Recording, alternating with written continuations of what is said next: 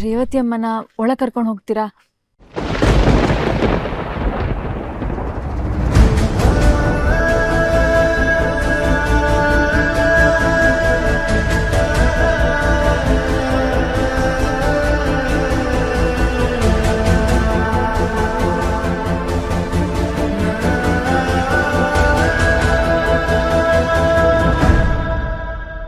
ನೀನೇ ಕರ್ಕೊಂಡು ಹೋಗಮ್ಮ ಒಳಗಡೆ.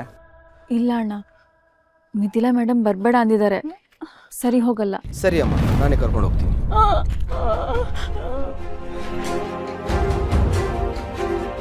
ಅಮ್ಮ ಅಮ್ಮ ಇಲ್ಲಿ ನೋಡಿ, ನೀವು 10 ಸಲ ಮಿಥಿಲಾ ಮೇಡಮ್ ಹೆಸರು ಹೇಳೋಷ್ಟರಲ್ಲಿ ಮಿಥಿಲಾ ಮೇಡಮ್ ಬಂದ್ಬಿಡ್ತಾರೆ.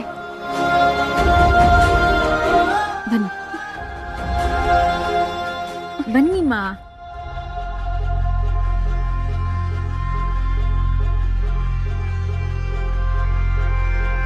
ಅಮ್ಮ ಎಲ್ಲಿ ಕಣ್ಮುಚ್ಚಿ, ಮುಚ್ಚಿ ಅಮ್ಮ.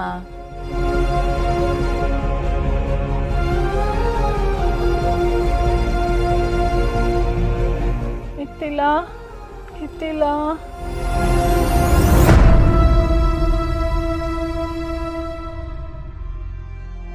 ಮಿಥಿಲ ಮಿಥಿಲ.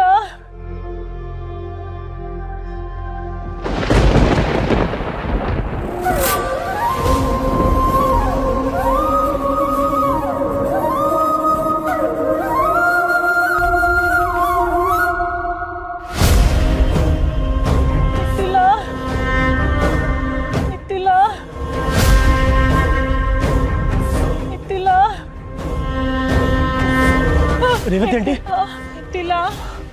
ಎದುರುಬೇಡಿ. ರೇವತಿ ಆಂಟಿ ಎಲ್ಲಿ ಸಿಕ್ಕಿದ್ರು? ಇವ್ರಾಗೆ ಬಂದ್ರೆ ಇಲ್ಲಿ ಯಾರ ಕರ್ಕೊಂಡ್ ಬಂದ್ಬಿಟ್ರಾ? ಅಡಿಗೆ ಅವಳು ಕರ್ಕೊಂಡು ಬಂದ್ಬಿಟ್ಟು ಹೋದ್ಲು. ಅಡಿಗೆ ಅವಳ ಎಲ್ಲಿದ್ದಾಳ ಅವಳೀಗ? ಇವಾಗ ಹೋದ್ರು.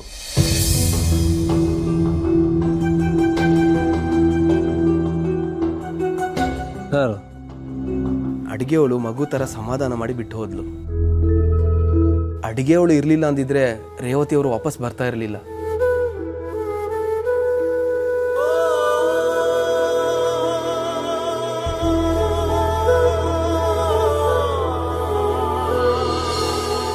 ಅವಳ ಅಮ್ಮ ಕೆಲ್ಸದಿಂದ ತೆಗ್ದಾಕಿದ್ರು ಅವಳ ರೇವತಿ ಆಂಟಿನ ಹುಡುಕಿ ಮನೆವರೆಗೂ ತಂದ್ಬಿಟ್ಟಿದ್ದಾಳೆ.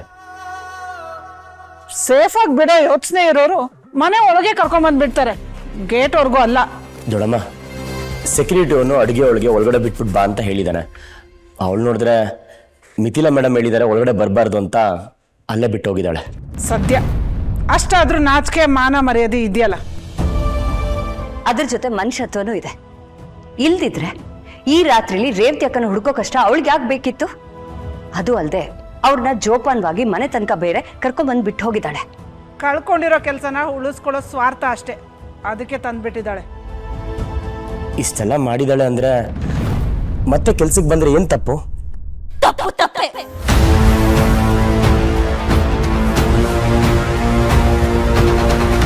ತನ್ನ ಅಮ್ಮನ ವಿಷಯದಲ್ಲಿ ಯಾರೇ ತಪ್ಪು ಮಾಡಿದ್ರು ಕ್ಷಮಿಸೋ ಮಾತೇ ಇಲ್ಲ.